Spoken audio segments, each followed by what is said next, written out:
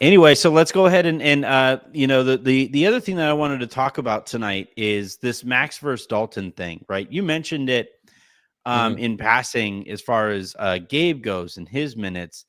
And I do think the backcourt minutes are going to be tough to come by, right? That's part of why the whole Bronny thing is really kind of complicated, because it's the only spot in this roster that the Lakers are actually really crowded, is the position that Bronny plays. But at shooting guard, you have Dalton Knecht and you have Max Christie. Christie, I think, will get the nod early. Dalton is somebody that I know the Lakers are really going to try to push as a major organizational success, because there was nothing else that they were able to accomplish over the summer. So there's going to be, reason for both guys to really kind of make a push for this. Off the top, uh, everybody benefits from these guys competing for it, right? Hmm. The Lakers benefit organizationally. Max and Dalton are both going to push each other and wind up being better players as a result of this. And whoever comes out on top, I do truly believe is really going to earn it. And the Lakers will be better because that player is going to be a better player. Whenever we see them on the court. What are your thoughts on Max? Do you see it as a competition? It's not as if like only one can be in the Right. rotation. Pretty close, but it's not necessarily. It's more a matter of like who gets more minutes than the other guy, Yeah. and it's gonna be fun to watch, I think. Yeah.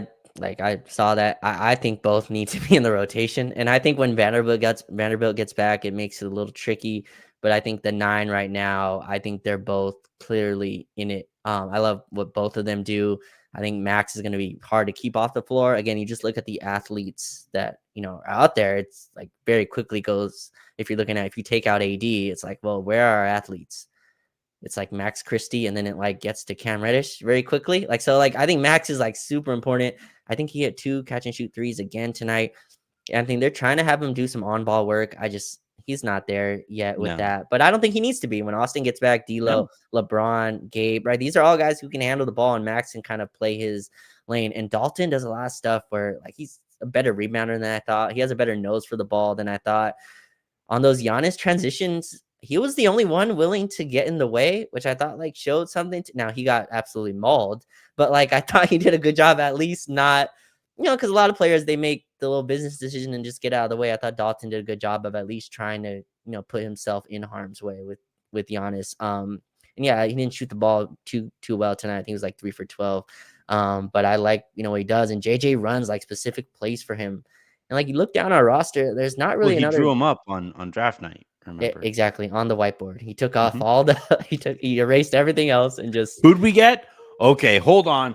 like, JJ, we had it numbered. Like that's the only place we wrote it.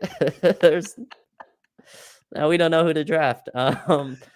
Oh no, Bronny was, well, never mind. But no, I thought I think it's nice that like we actually run stuff for him that like we can't really run for anyone else. No one else curls off threes like that.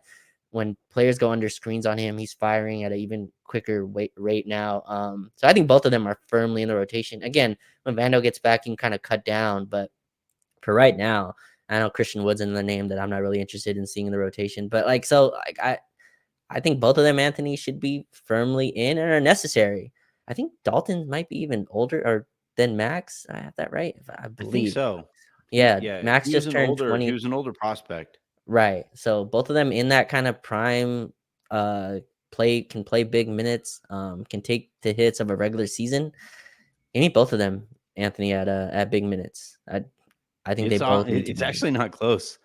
Uh, What is it? Dalton is 23, Max is still only 21. Yeah, yeah. For some reason, I thought it was the other way. Maybe just because Max has been here for 2 years. But yeah, I think both of them should be. I don't see it as a competition between both of them. Well, no, it is, right? Because they play the same position, and and Yeah, uh, one guy is going to get more minutes than the other guy. It's healthy competition. It's actually the kind of thing that when Rob took over, it was something that he really wanted to implement as a big part of the Lakers culture, right? is this notion of productive competition between guys. And that was something that they went away from when they brought Dennis Schroeder in and basically handed him the starting gig, even over Alex Caruso, who had just started in the finals the year Mm-hmm. prior. And so like I think this, I think it inherently is a competition because one guy is going to get more minutes than the other. But I don't put that in a negative connotation at all. I think it's purely positive, and it's something that the Lakers can truly benefit from. These guys pushing each other in practice every day, pushing Sure. each other, and working to get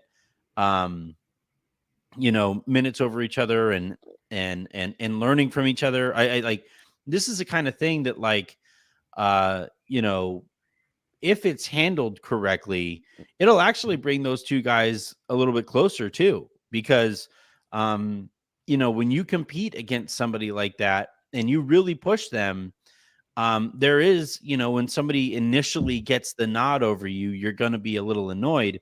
But if that competition continues and eventually you feel like you have a chance at working your way back into the rotation over that player, and eventually you do, and that goes back and forth often enough, it does wind up being something that like, you can ask anybody who's ever been on a team that brings those positional guys a little bit closer. So I love the idea of it. I love watching it in practice, to the extent that we can.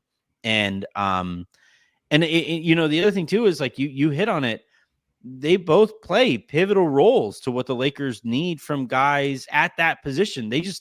They haven't had a guy really at that position who can do the things that it appears that like they can do on both sides of the ball. Like they get after it defensively and physically on both sides of the ball. It's really fun to watch. Yeah, for sure. And while you're talking, I was just thinking it's nice to have like young players. Like obviously Austin was the first, but just having young guys that you can kind of invest in their development, right? After the last few years, the Lakers didn't have many draft picks or they just sent them away. So it's nice to have two guys you feel like are kind of will be with the Lakers for a while. Also, Anthony, something about tonight, and I'm not saying this should be the permanent thing. You talked about this earlier in the offseason about and people are like, this will never happen. But we got to look at what Max Christie starting with the regular rotation. And man, Mm-hmm. the just athletic floor that jumps up because Max Christie's in there versus obviously it was Austin tonight, but obviously with either of them, it's like, man, we were able to like throw him on to Dame and be like, just run around and bother the Hey shit out of DJ, turn that up. Hey just DJ, turn that up. Let's just go. just bother him and then come in for two-handed rebounds, right? Assist AD and rebound. And I'm watching this. I'm like, man, we look way more physical out there. And I realized, oh, Max Christie is starting. So yeah, I just thought that was an interesting wrinkle to get a look at tonight. And obviously he started the second half too, but without LeBron. But like just that combination of LeBron, Rui, Max, and AD, all dudes who are like super athletic at their position. As a positive, it's just I thought that was an interesting look, and I'm just tucking that away for later. I don't think we'll see that starting anytime soon, but Yeah. it was an interesting look to see Max out there with that group. It's going to be interesting to see what the market winds up looking like initially for D'Lo when the Lakers really start canvassing it, because if it doesn't look fruitful and they really do truly feel like they have to commit to like D'Lo being on the team, or getting up his trade value, whatever, I could see them moving Austin to the bench and moving Max Oof. into that spot. D'Lo is just more like, I know in theory they wanted to get Austin on the ball more and they wanted to, make him a bigger part of the offense, all of that stuff. But just naturally, D'Lo's always going to command the ball. He's just, he's better at it than Austin is. And if it does look like the Lakers want to, if Max looks like he's really kind of stepping into his own and looks like he maybe should be starting because the Lakers need that kind of perimeter defense out there. I there are worse decisions to be made here than that one. I personally would still prefer Austin to get the first bite at the apple here, Sure. starting alongside Max. But if the Lakers feel like they have to, or they're going to go through the entirety of the year with D'Lo on the roster, you kind of have to, like, your hand gets forced to a certain extent. Yeah, I think the issue, and this is probably a longer conversation, but like, what do you need around LeBron in the regular season versus the playoffs, right? Yeah. In the regular season, I think D'Lo is the much like better option that you'd want, a guy who can kind of command the offense more of a pick and roll guard, right? And kind of, hey, here's your side of the floor, D'Lo, just operate there.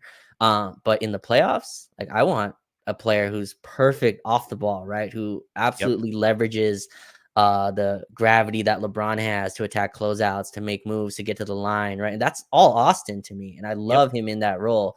In the regular season, I think it's different. So it's a tough way the Lakers have to walk.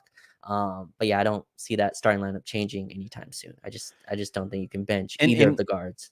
you know, if I had a bet on it, I would probably bet, especially seeing what that could potentially look like. Like, it's going to be really interesting the first time we get a look at Austin and Max back there. If D'Lo misses a Mm, game or something like that, what that's going to look like, what the response to it is going to be.